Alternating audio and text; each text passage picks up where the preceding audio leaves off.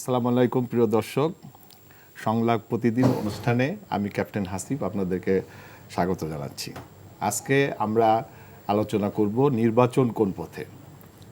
এ বিষয় নিয়ে আলোচনা করবার জন্য আমাদের স্টুডিওতে দুইজন নতুন প্রজন্মের সুবক্তা আছেন। আমার পাশে রয়েছেন Nasib Wahid Faizal, chairman Zia cyber force ZCF. আরও আছেন ডক্টর আতিক মুজাহিদ, যুগ্ম আহ্বায়ক এনসিপি। তো আসুন আমরা আলোচনা শুরু করি। মুজাহিদ ভাই, আপনাকে নিয়েই শুরু করতে চাই প্রথম।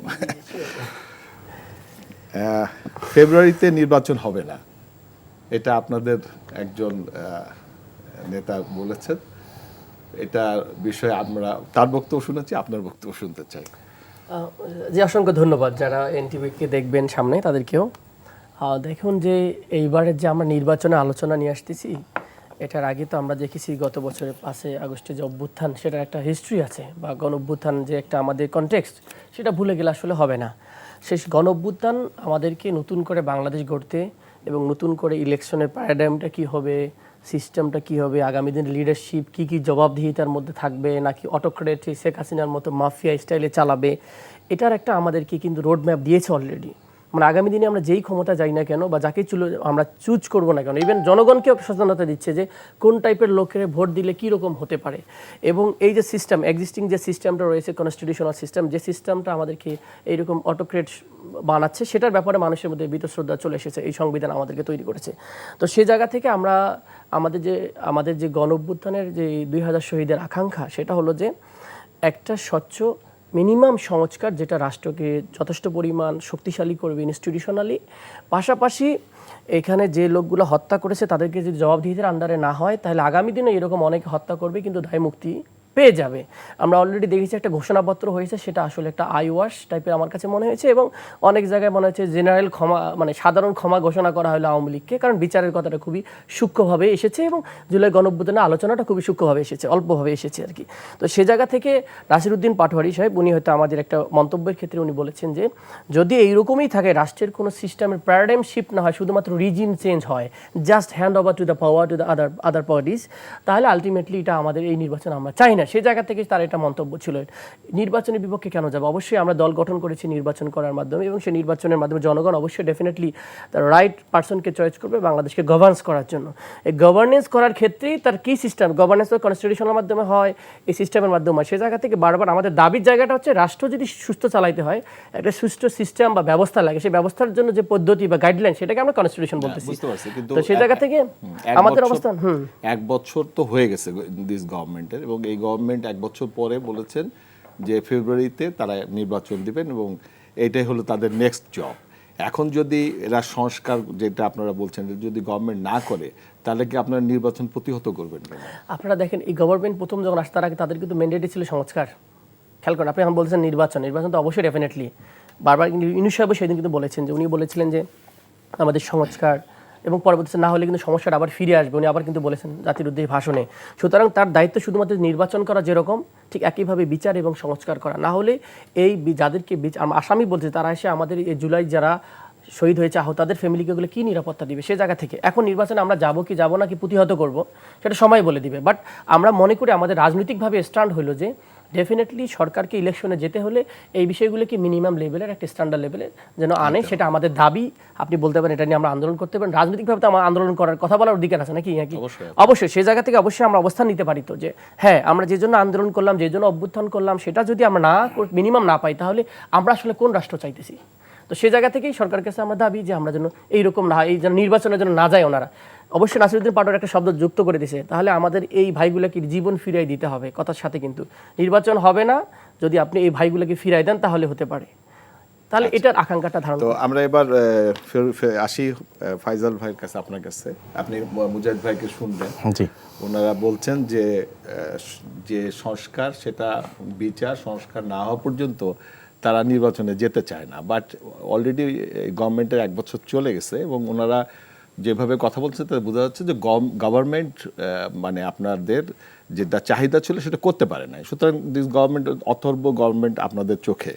তো এখন যদি এই গভর্নমেন্টকে যদি আপনি আরও কিছুদিন দেন, তাহলে কি আপনাদের যে ইয়েটা মানে চাওয়াটা সে গভর্নমেন্ট পূরণ করতে পারবে কিনা? আপনার কাছ থেকে শুনি যে সরকার বলেছেন, ডক্টর ইউনূস বলেছেন যে নির্বাচন হবে অবাধ, নিরপেক্ষ, উৎসবমুখর। আপনি কি মনে করেন? ধন্যবাদ সকল দর্শককে এবং আজকে উপস্থিত বক্তা যে আলোচনা করলেন ওনার আলোচনাগুলো বেশ গুরুত্বপূর্ণ ছিল। উনি যেহেতু একটি রাজনৈতিক দলের একটি গুরুত্বপূর্ণ স্থানে আছেন, সুতরাং ওনার স্থান থেকে উনি বেশ কিছু ইস্যু এনেছেন। গণ অভ্যুত্থানের বিষয়ের ওনাদের জুলাই সনদের একটা বিষয় এনেছেন, এক্সিস্টিং সিস্টেম, কনস্টিটিউশনাল রিফরমেশন, তারপর মিনিমাম সংস্কার, এই সবগুলি মিলিয়ে ওনারা একটা কথায় এসেছে এবং এই সরকারের উপরেও ওনারা কিছু দায় বর্তিয়েছেন যে এই সরকার 1 বছরের মধ্যে অনেক প্রত্যাশাই পূরণ করতে পারেনি। এবং এখন যে বিষয়টি সেটা হচ্ছে যে নির্বাচন আসলে কোন পথে যাচ্ছে। নির্বাচন সরকার, বর্তমান সরকারের প্রধান উপদেষ্টা উনি বলছেন যে নির্বাচন হবে অবাধ, সুষ্ঠু, নিরপেক্ষ এবং আনন্দমুখর। ঠিক এই জায়গাটায় যখন আমরা দাঁড়িয়ে আমরা বিভিন্ন রকম ভিন্ন ভিন্ন বক্তব্য শুনতে পাচ্ছি। যেমন এনসিপির একজন নেতা নাসির উদ্দিন পাটোয়ারি উনি একটি সভায় বলে দিলেন যে ফেব্রুয়ারিতে নির্বাচন হবে না। অর্থাৎ আমরা বুঝতে পারছি যে একটা ষড়যন্ত্র চলছে। এত বছর পরেও রাজনীতিতে আমরা যে বহুল প্রত্যাশিত জনগণের কাছে জবাবদিহিতামূলক একটি সরকার ব্যবস্থা বা একটি নির্বাচন চাচ্ছিলাম, সে নির্বাচনটি হতে না দেওয়ার জন্য। আমি একজন সাধারণ মানুষ হিসেবে তো তাই ধরবো, যেহেতু উনি বলছেন একটি রাজনৈতিক অবস্থান থেকে যে নির্বাচন হবে না বা হতে দেওয়া হবে না। হ্যাঁ, এখন এখানে প্রশ্ন থাকতে পারে যে সংস্কার হয়েছে কিনা, সংস্কার হচ্ছে কিনা, বা এখন সংস্কারের প্রক্রিয়া চলমান, সংস্কার একটি চলমান প্রক্রিয়া। বিএনপির ভারপ্রাপ্ত চেয়ারম্যান জনাব তারেক রহমান উনি বারবারই কিন্তু বলেছেন যে আমরা এমন একটি জাতি চাই, এমন একটি বাংলাদেশ চাই যেখানে সবার সম্মিলিত কন্ট্রিবিউশন থাকবে। বিএনপি তার 31 দফায় জাতীয় সরকারের কথা বলেছে যেখানে নির্বাচিত সকল দলের প্রতিনিধিত্বমূলক ব্যবস্থা নিশ্চিত করার রূপরেখা দেওয়া হয়েছে। আমরা বারবার সংস্কার ঐক্যমত্য কমিশনে আমরা কিন্তু বারবার যে সকল সংস্কারের সঙ্গে, বেশিরভাগ সংস্কারের সঙ্গেই আমরা কিন্তু একমত প্রদান করেছি যে হ্যাঁ এইগুলো, এই রিফরমেশনগুলো এই সরকারের পক্ষে করা সম্ভব। 31 দফাতে ওনারা যে সংস্কার চাচ্ছে সেই 31 দফাতে সংস্কারগুলো রয়েছে। 31 দফাতে আসলে রাষ্ট্র কাঠামো মেরামতের আপনি যদি ওনাদের যে বক্তব্য ওনারা বলতেছে যে এজেন্সি, স্টিল এজেন্সিরা আপনাকে আপনার মিডিয়াকে নিয়ন্ত্রণ করছে এবং অ্যাডমিনিস্ট্রেশন নিয়ন্ত্রণ করছে এবং তারাই এখনো নিয়ন্ত্রণ করছে। ডিজিএফআইয়ের কথা পরিষ্কারভাবে তারা বলেছে যে ডিজিএফআই এখনো মিডিয়াকে নিয়ন্ত্রণ করছে এবং অ্যাডমিনিস্ট্রেশন নিয়ন্ত্রণ করছে। তা ইলেকশনের সময় তো এই ডিজিএফআই নিয়ন্ত্রণ করবে। এখন দেখেন, খুব মজার একটা কোশ্চেন করছেন। আজকে যখন এই টকশোতে আসি তখন দেখলাম নিউজ যে উপদেষ্টা আসিফ মাহমুদের প্রেস সচিবের কথোপকথন ফাঁস, টেন্ডারের কত পার্সেন্ট কার সঙ্গে ভাগাভাগি হবে এটা নিয়ে। কিছুদিন আগে গুলশানের একজনের কাছ থেকে চাঁদাবাজির, গুলশানের এক আওয়ামী লীগের নেতার কাছ থেকে বেশ বড় একটা অঙ্কের চাঁদাবাজির ভিডিও ফ্ল্যাশ, সেখানে দেখা গেল যে উপদেষ্টা আসিফ মাহমুদ জড়িত। সচিবালয়ে গেলে দেখা যায় যে আপনার কি হলো যে বিভিন্ন ছাত্ররা বিভিন্ন ডিপার্টমেন্টে বসে আছে, তারা বিভিন্ন ফাইল চেক করছে। এখন ইন্দ্রা যদি সবাই ডিজিএফআই এজেন্ট হয় তাহলে ভাইয়ের কথা ঠিক আছে, বা হচ্ছে তাহলে আপনার বলা কথা ঠিক আছে যে ডিজিএফআই সব কিছু নিয়ন্ত্রণ করছে। আদারওয়াইজ আমাকে বলতে হবে যে এই অপকর্মগুলো যে কোনোভাবেই হোক মিডিয়াতে আসছে এবং এজন্য ওনারা মিডিয়ার উপরে নাখোশ। এখন এই নাখোশটা হতেই পারেন, আপনার অপকর্ম যে তুলে ধরবে আপনি তার উপর নাখোশ হবেন, এটাই স্বাভাবিক। এটা আমি হলেও তাই হব, আপনি হলেও তাই হবেন। এখন আমরা যে মূল জায়গাটিতে ছিলাম নির্বাচন, এখন নির্বাচন অবশ্যই বাংলাদেশে যে সরকার রয়েছে এই সরকার একটি ইন্টারিম গভর্নমেন্ট, যার একটা নির্দিষ্ট মেয়াদ থাকা উচিত এবং যে মেয়াদের ভিতরে একটি পরবর্তী জনগণের নির্বাচিত সরকার। আমরা কিন্তু গত 17 বছর জনগণের নির্বাচিত কোনো প্রতিনিধি পাইনি, যার কারণে আসলে আমাদের জবাবদিহিতা ছিল না। রাজনীতি যদি জনগণের জন্য হতে হয় তাহলে সে রাজনীতি হতে হবে নির্বাচিত প্রতিনিধির মাধ্যমে এবং সেই প্রতিনিধিত্ব নির্বাচিত করার জন্যই আপনাকে নির্বাচনমুখী ব্যবস্থায় যেতে হবে। হ্যাঁ, সংস্কার থাকতে পারে, বিভিন্ন কনস্টিটিউশন রিফরমেশন থাকতে হবে, থাকতেই পারে এবং থাকবে উচিত। যেমন সংবিধানের 70 অনুচ্ছেদ, আমরা 31 দফায় বলেছি যে সংবিধানের 70 অনুচ্ছেদ থেকে আমরা এই যে নিজ দলীয় এমপি কখনো কনফ্লিক্ট অফ ইন্টারেস্টে গিয়ে কথা বলতে পারবে না, সেই জায়গাগুলোকে রিমুভ করার ব্যাপারে বলেছি। আপনার মনে করেন যে নির্বাচিত সরকার না আসলে আমাদের দেশে অনেক Stability অসুবিধা, থাকবে আমাদের না, আপনি দেশে foreign investment বিনিয়োগ পাবেন না। আসতেছে না। হ্যাঁ, অনেক কিছু এই বন্ধ যে হয়ে যাবে। 1 বছর যেটা আমরা দেখেছি যে সরকার ভালো চালিয়েছে, এটা দেখা যাচ্ছে যে আমাদের যে ইকোনমিক সাইডটা ছিল সেটাকে ডেভেলপ হয়েছে, কিন্তু বিনিয়োগ আসছে না। তো বিনিয়োগ ইজ এ ভেরি মানে একটা ভাইটাল প্রবলেম। আপনার এবং এর বিনিয়োগ জন্য ছাড়া আপনার ইকোনমিক যে ডেভেলপমেন্টটা ধরেন এখন আপনি দেখাচ্ছেন যে হ্যাঁ আমার রিজার্ভ আছে, এই আছে, সেই আছে, এটা কতক্ষণ টিকবে? সাস্টেনেবিলিটির একটা বিষয় আছে তো, তাই না? তো এই জায়গাগুলিকে আপনার যদি সমুন্নত করতে হয়, একটি দেশ, এত বড় জনসংখ্যার একটি দেশ, এত বড় শিল্পের একটি দেশ, এত বড় বিপ্লব হয়ে যাওয়ার পরে একটি দেশ একটি স্থায়ী বা এক সমাধান ছাড়া এটা চলতে পারে না। এখন আমাদের একটা নির্বাচন হচ্ছে ডাকসু নির্বাচন। এটা আমরা অনেকেই বলি যে আমাদের রাষ্ট্রের রাজনীতিকরণ করা হয়েছে, কারণ আমরা মনে করি যে ইউনিভার্সিটি হলো আমাদের একটা ফ্যাক্টরি, যেখান থেকে ছাত্ররা ভবিষ্যতে দেশের যে রাজনীতি সেখানে আসবে। তো এটাকে আমরা দেখেছি যে এই মানে বিশ্ববিদ্যালয়ের যে ছাত্র রাজনীতি, এটাকে বন্ধ করে দেওয়া হয়েছিল এক সময়। এটাকে আমি মনে করি যে আমাদের একটা ষড়যন্ত্র। তো যাই হোক, আমরা ডাকসু নির্বাচন গতকাল আমাদের ছিল যে লাস্ট ডেট আপনার নির্বাচনের নমিনেশন সাবমিটের। তো ডাকসু নির্বাচন নিয়ে আমি প্রথমে একটু মুজাহিদ ভাইকে আপনার কাছে শুনতে চাই। ওকে, ডাকসু ডেফিনেটলি এটা আমাদের আমি মনে করবো যে খুবই ফ্যাসিনেটিং একটা কাজ হলো বাংলাদেশের ইতিহাসে। গণঅভ্যুত্থানের কারণে আমরা করতে পারলাম এটা, এবং এই এই এই ডাকসুটা আমাদেরকে, আমি যেভাবে দেখি আর কি, এই কখনো ইতিহাসে এতগুলো প্যানেল দাঁড়ায়নি, এতগুলো প্রার্থী দাঁড়ায়নি। এবং যেটা আমাদেরকে খুব আশা দিচ্ছে এই কারণে যে আমরা গত 17 বছর ধরে ব্যাক বেঞ্চার পলিটিশিয়ান পেয়েছি। কীরকম ব্যাক বেঞ্চার? ছাত্রলীগ করেছে, অমুক করেছে, তমুক করেছে, ক্লাস করতো না, কোনো রকম অ্যাটেন্ড করতো, কয়দিন পর সে নেতা, তারপরে সে যুব, তারপরে সে মেইন দলে চলে যেত, চাঁদাবাজি করে বড় হতো। এইখানে যারা আসবে রাজনীতিতে, তাদেরকে প্রমাণ করতে হবে ছাত্রদের সে লিডারশিপ হওয়ার যোগ্যতাটাকে, ইন্টালেকচুয়ালি এবং তার অরাটরি সব দিক দিয়ে সে একদম ফিট একটা ইউনিভার্সিটিকে লিড দেওয়ার মতো, ইউনিভার্সিটি ছেলেদের আকাঙ্ক্ষা ধারণ করার মতো।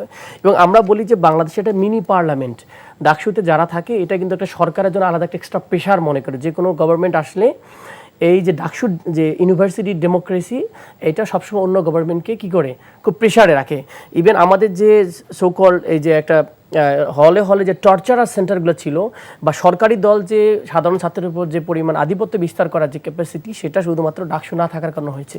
সুতরাং ডাকসু আমার কাছে ভেরি ইন্টারেস্টিং জিনিস, এবং এইটা আমার ডাকসু আমি মনে করি রাকসু জাকসু ইভেন সুযোগ থাকলে কলেজগুলোতে দেওয়া উচিত, তাহলে আমাদের শত শত লিডারশিপ অটোমেটিক্যালি তৈরি হবে। কিন্তু আমরা যতটুকু জানছি যে আপনারা ডাকসু নির্বাচন যেটা করতে চাচ্ছেন, সেখানে তারা শুধুমাত্র ছাত্রদের যে সমস্যা, হলের সমস্যা, তাদের এইগুলো নিয়ে নাকি তারা থাকবে। কিন্তু ডাকসু যদি রাজনীতির সাথে না আসে, তাহলে তো তারা রাষ্ট্রের কোনো বিষয়ে আসতে পারবে না। কিছু জিনিসের সাথে অটোমেটিক্যালি জড়িত।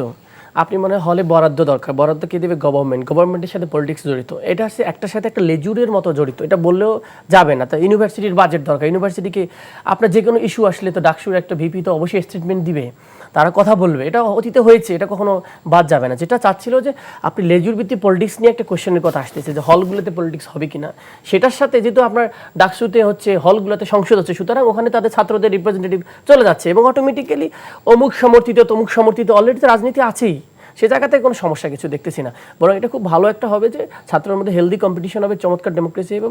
এবং আপনি দেখেন যে বাংলাদেশের গত এক সপ্তাহ ধরে মিডিয়াতে শুধু ডাকসু নিয়ে কিন্তু আলোচনা। তার মানে বাংলাদেশের মানুষ প্রত্যাশা করে যে সর্বোচ্চ বিদ্যাপীঠে এখানে যে ছেলেগুলো তৈরি হবে, যেগুলো ম্যানিফেস্টো দিচ্ছে, তারা বাংলাদেশকে লিড দিবে। যেমন এক সময় বলতো যে বাংলা অঞ্চল যেটা চিন্তা করে আজকে, সেটা নাকি পুরো ইন্ডিয়া চিন্তা করে আগামীকাল। আমরা যে ইউনিভার্সিটি পড়তাম ঢাকা, তখন বলতো যে ঢাকা বিশ্ববিদ্যালয় আজকে যেটা চিন্তা করে, বাংলাদেশ সেটা আগামীকাল চিন্তা করে। তো সেই জায়গা থেকে অবশ্যই যেখানে অ্যাডভান্স চিন্তা করে, সেই জায়গায় লিডারশিপরা যদি অ্যাডভান্স গাইডেন্স দিতে পারে জাতির জন্য, তখন এই মেসেজটা কিন্তু আমরা দেখি ডাকসুতে যা ভিপি ছিল সবাই কিন্তু ডমিনেন্ট সব দলের মধ্যে।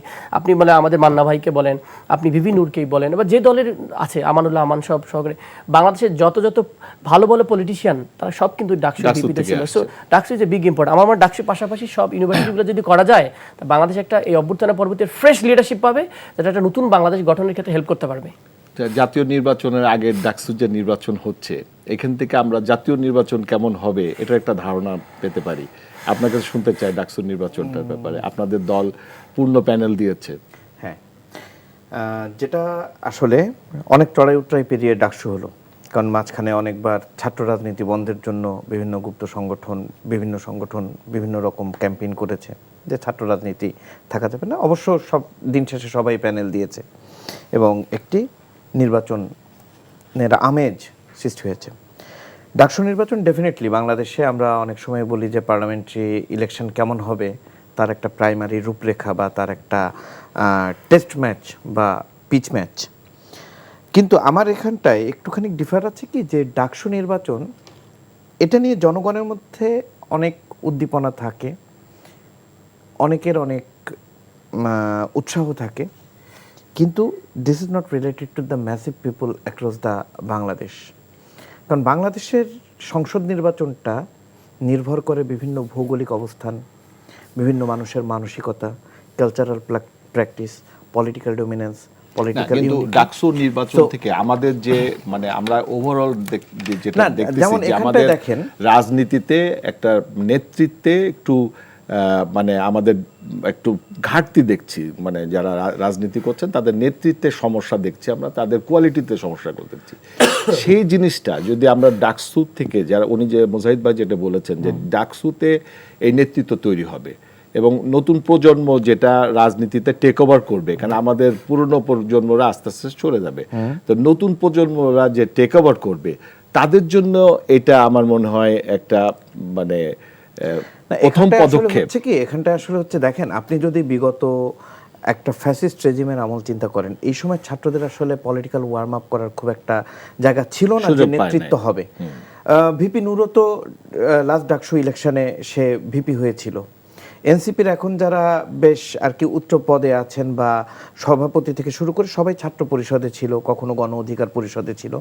তো নেতৃত্ব তারা কিন্তু তৈরি করার জন্য আসলে প্লটটা পায়নি।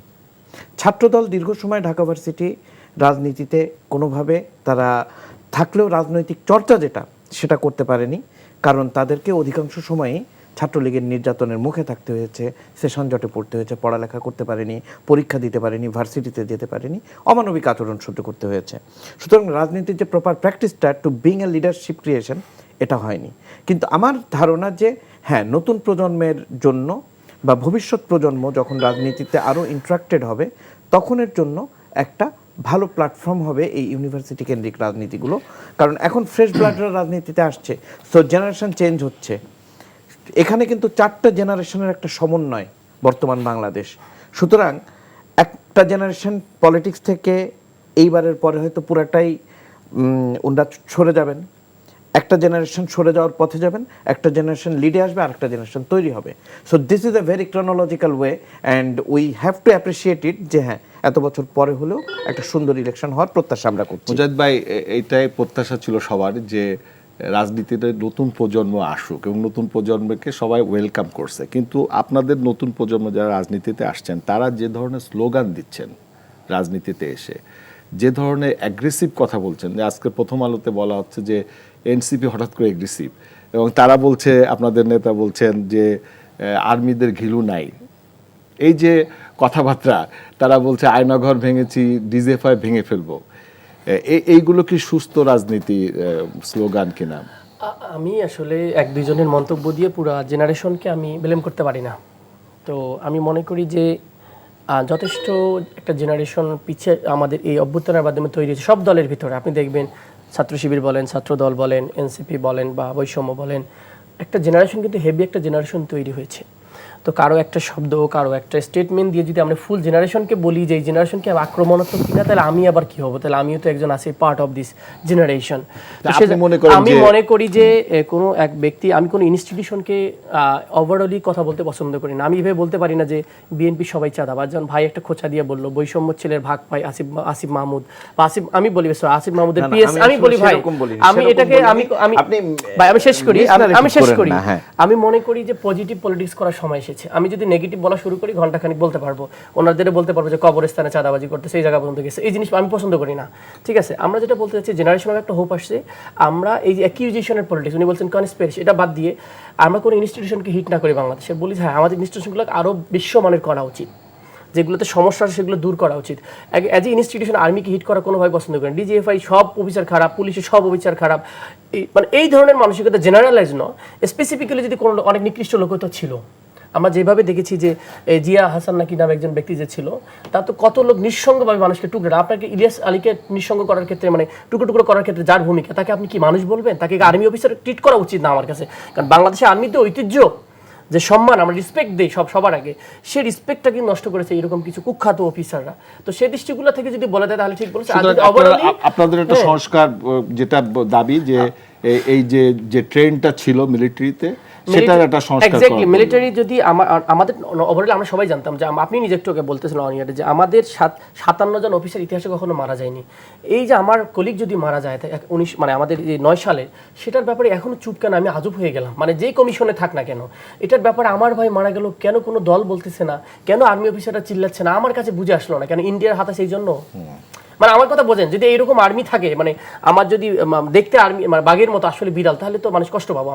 আমরা আমাদের আর্মিকে ওই জায়গাটায় রাখতে চাই। বাংলাদেশে একটা বিশ্বের অন্যতম সেরা একটা কি হোক, আর্মি হোক মিলিটারি হোক, আমরা সবাই মিলে সেটা বানাবো। কারণ আমাদের ভাই, আমাদের চাচারা, আমাদের সবাই সিনিয়ররা এখানে আমাদের দেশকে রক্ষা করবে। তো সে জায়গা থেকে আমি মনে করি না এরকম স্টেটমেন্টটা ওভারঅল কাউকে দেওয়া উচিত। আচ্ছা, আমরা একটু অন্য প্রসঙ্গে যেতে চাই, কারণ আমরা ফাইজাল ভাইকে পেয়েছি, উনি জিয়া সাইবার ফোর্স জেডসিএফ এর চেয়ারম্যান।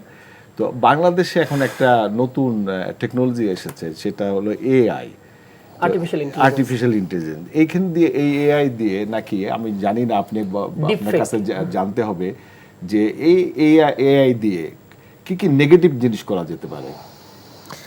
খুব সাম্প্রতিক একটি টক শোতে এআই নিয়ে আমার কথা হয়েছিল।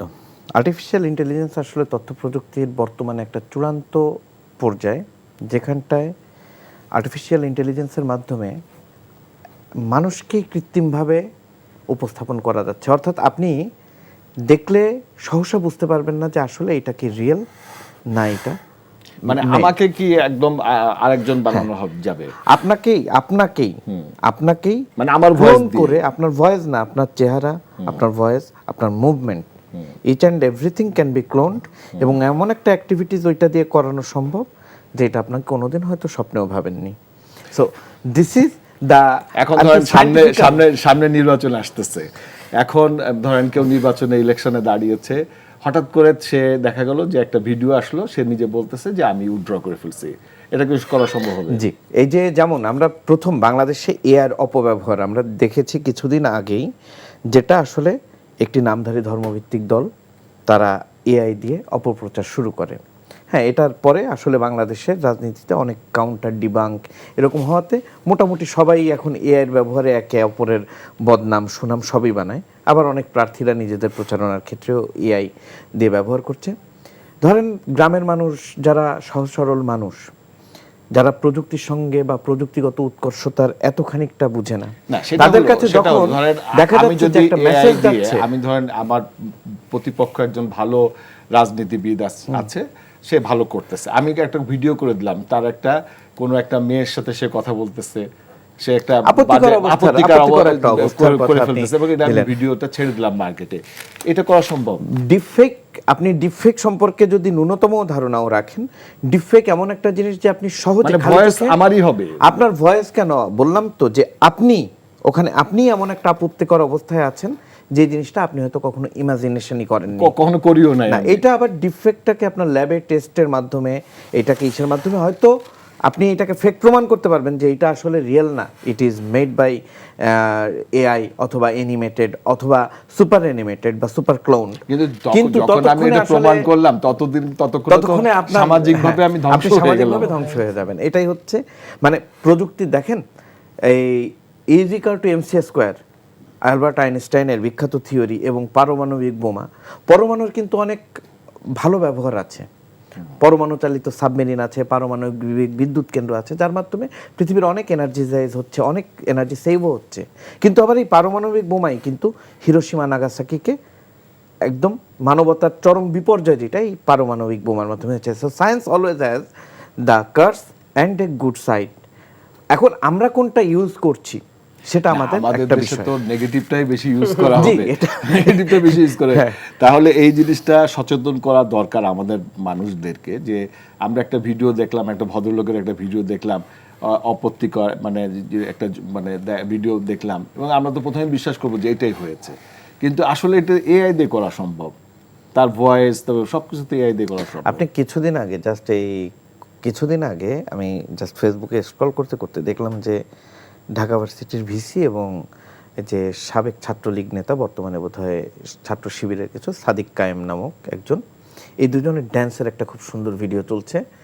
যদি রাত পোহালে ওরা তো শোনা dance যেত, করে নাই আসলে। যদি রাত পোহালে শোনা যেত এই যে আপনার শোক দিবসে আর একটা আবহ বানিয়ে পেছনে শেখ মুজিবের ছবি টবি দিয়ে ওরা একটা ড্যান্স বানাচ্ছে। তো স্ক্রল করতে করতে আসলে এই ড্যান্সটা দেখলাম। এখন এই ড্যান্সটা তো আসলে সত্য হওয়ার কোনো কারণ নাই, বাট প্রত্যেকটা ভিডিওর এখানে রিয়্যাক্ট, পাবলিক কমেন্ট এবং ভিউজের পরিমাণ অবিশ্বাস্য, কয়েক মিলিয়ন। অর্থাৎ মানুষ ওটা দেখছে। যারা ইউটিউবে যারা পয়সা আয় করছে ওদের জন্য তো এই কন্টেন্টটা ইউটিউবে বলেন, ফেসবুকে বলেন, এই জিনিসটা কিন্তু স্প্রেডেড হচ্ছে। এটার পেছনের টপিক কি? ঢাকা ভার্সিটির প্রেজেন্ট ভিসি এবং সাদিক ক্যাম্প উভয়ই আগে আপনার ফ্যাসিস্ট আমলে তাদের দোসরদের সঙ্গে মিশে বিভিন্ন অনুষ্ঠানে হয়তো ছিল, এটা থাকতে পারে। তো এইটার কারণে এই যে ড্যান্স বানিয়ে কি সুন্দরভাবে উপস্থাপন করে দিছে, এটা অ্যানিমেশনের একটা কাজ করে দিছে। দেখেন, এটা নিয়ে কিন্তু মানুষ কিন্তু কমেন্টে এত পরিমাণ গালি দিচ্ছে, এই লোকটা কিন্তু সোশ্যালি হ্যারাসড হচ্ছে। সুতরাং আপনি চিন্তা করেন, নির্বাচনের আগে ঠিক আপনার একটা ছবি, আপনি আপনার এলাকায় প্রার্থী বা ভাই ভাইয়ের এলাকায় প্রার্থী, ভাই হয়তো একজন মুজাহিদ ভাই PhD holder, নামাজ পড়ে, হ্যাঁ, ভাই মুজাহিদ ভাই নামাজে দাঁড়িয়ে মানুষ। আছে, এখন ধরেন ওনার সাথে যদি একটা মেয়ের ছবি দিয়ে দেওয়া হয়, একটা স্ক্রিনশট আসলো বা একটা ভিডিও শট আসলো, ওনার অপোজিটে হোয়াটসঅ্যাপে একটা নারী আপত্তিকর অবস্থায়, আপত্তিকর আছে। উনি এই পাশে রয়েছে, উনি ধরেন জামা পরে রয়েছে, এইটাকে বানায় স্যান্ডো গেঞ্জি বা খালিগা বানায় ফেললো, বানায় ছবিটা ছেড়ে দিল, ভয়েসও দেওয়া যাবে। ভয়েসও দিল, এটা আসলে- সবকিছুই দিল। এখন এইটা ওনার রিকভার করতে যতটুকু সময় লাগবে ততক্ষণে ওনার ভোটের স্বপ্ন শেষ, এটা তো বাস্তব তাই না? সত্য। So we have to be very careful about the abusement of the technology and super technology, যেগুলা আমাদের কন্ট্রোলের মধ্যে নাই। হ্যাঁ, কন্ট্রোলের মধ্যে থাকা যেমন এই যে আপনার টেলিফোনিক কথোপকথন, এ তো এর আসলে জন্য control এর আমাদের মধ্যেই আসলে করা যায়। করণীয় কি মুজাহিদ ভাই? আপনি আমি তো মনে করি আমাদের সামাজিকভাবে আমাদের একটা অবক্ষয় ঘটেছে। গত 17 বছর ধরে মানুষকে রেসপেক্ট দেওয়াটা ভুলে গেছি আমরা। Exactly. কারণ আমরা যে কথাগুলো বললাম, আমি কিন্তু খুব ওনার কথাগুলোকে শুনে শুনে আমি ফিল্ট্রেশন করতেছি যে আমি যে কথাগুলো বলতেছি আমি কি পার্টি টোনে বলতেছি না আসলে অ্যাজ এ মানুষ হিসাবে রেসপেক্ট বোধ দিয়ে কথা বলতেছি, বা আপনি আমাকে কিভাবে দেখতেছেন। তাহলে আমাদের সামাজিক দেখার লেন্সটার সমস্যা হয়ে গেছে। Always we see everything from the political perspective. সব কিছুকে পার্টি দৃষ্টিকোণ থেকে দেখার বাইরে মানুষ হিসেবে দেখা উচিত, যে আমি যদি এই জায়গায় কষ্ট পাইতাম তো উনি কীরকম পাইতো আর কি। এইরকম দেখলে হয়তো অনেক জায়গায় আমরা আরও সংবেদনশীল হতে পারতাম। তো ইথিক্স অফ সোশ্যাল ইথিক্সটা আসলে ডাউন হয়ে গেছে। সেটা আমাদের কারিকুলাম থেকে সব জায়গায় নিয়ে আসা, ফ্যামিলি কালচারে রিটার্ন করা উচিত। পাশাপাশি আমাদের বিশ্ববিদ্যালয়ে আমি ইথিক্স পড়াইতাম, দেখতাম যে সব জায়গায় ইথিক্স আছে আসলে। তো সোশ্যাল মিডিয়ারও ইথিক্স আছে, আমরা যেন এটা ব্যবহার করি এবং হুটহাট করে মানুষকে ব্লেমিং না করি। ইভেন আমরা আল্লাহ সূরা হুজরাত, সবচেয়ে সামাজিক সূরা হচ্ছে সূরা হুজরাত, যে কারো সম্পর্কে শোনা মাত্রই তুমি এটাকে স্প্রেড করবা না, জিনিসটা ফেক না right, you should recheck it first. না হলে এটা কিন্তু বিশাল একটা কবিরা গুনাহ হয়ে যায়। তো ধর্মীয় ভাবে কিন্তু একটা কবিরা গুনাহ, মানুষের একটা জিনিস অন্যায়ভাবে মানে ভাই, আপনাকে এখানে অসম্মান আমার করে। একটা প্রশ্ন আপনার কাছে আছে। আপনি খুব গুরুত্বপূর্ণ একটা পয়েন্ট বলছেন, যে এথিক্স। আচ্ছা, সোশ্যাল মিডিয়াকে আমরা এথিক্সের ভিতরে আনতে সক্ষম কতটুকু? না, এথিক্সটা মানুষ, আমি দেখেন সবকিছু তো মানুষের সাথে জড়িত। এআই যেটা চালায় সেটা তো মানুষই তৈরি করছে, আর্টিফিশিয়াল ইন্টেলিজেন্স। আপনি যেটা বলতেছিলেন যে হিরোশিমা ভাঙছে, আবার সেইটা দিয়ে আমরা আবার ভালো কাজও করতে পারতেছি। তো মানুষের ভিতরে যদি মানে নষ্ট হয়ে যায় সেই জিনিস তো আর কিছু ঠিক থাকবে না। আসলে আমাদের কয়েকটা জেনারেশনকে পচে গেছে। এইটা Definitely, আমি আপনাদের বলছি, এই সোসাইটিটা আসলে নষ্টর দিকে চলে হ্যাঁ, যাচ্ছে। main জায়গায় আমরা রুটে হিট করতে মানুষকে হবে। সম্মান দিতে পারতেছি না। Exactly, মানে মানে মানুষকে সম্মান দিতে হবে, কারণ হলো যে প্রত্যেকে তো মানে তাদের নিজস্ব একটা ফ্যামিলি আছে, পরিবার আছে, সে তার বাচ্চা আছে, মেয়ে আছে। তারা যখন এই ধরনের একটা ভিডিও দেখে বা দেখেন, আবার আমাদের ভিডিও, শিক্ষা ব্যবস্থা, সমাজ ব্যবস্থা এবং সামাজিকতা, সামাজিক অবস্থান কেমন করে দেওয়া প্রিয় হয়েছে। দর্শক, আজকে আমরা এখানে শেষ করতে হচ্ছে আমাদের এই সংলাপ প্রতিদিন অনুষ্ঠান। আপনারা এই অনুষ্ঠানটা আবার দেখতে পারবেন আগামী বৃহস্পতিবার এই সময়ে। আর এই অনুষ্ঠানটা আপনারা আমাদের এনটিভির ওয়েবসাইটে দেখতে পারবেন। আপনাদেরকে আবার সকলে সুস্থ থাকবেন, সকলের সুস্থতা কামনা করে আজকে শেষ করছি। আসসালামু আলাইকুম।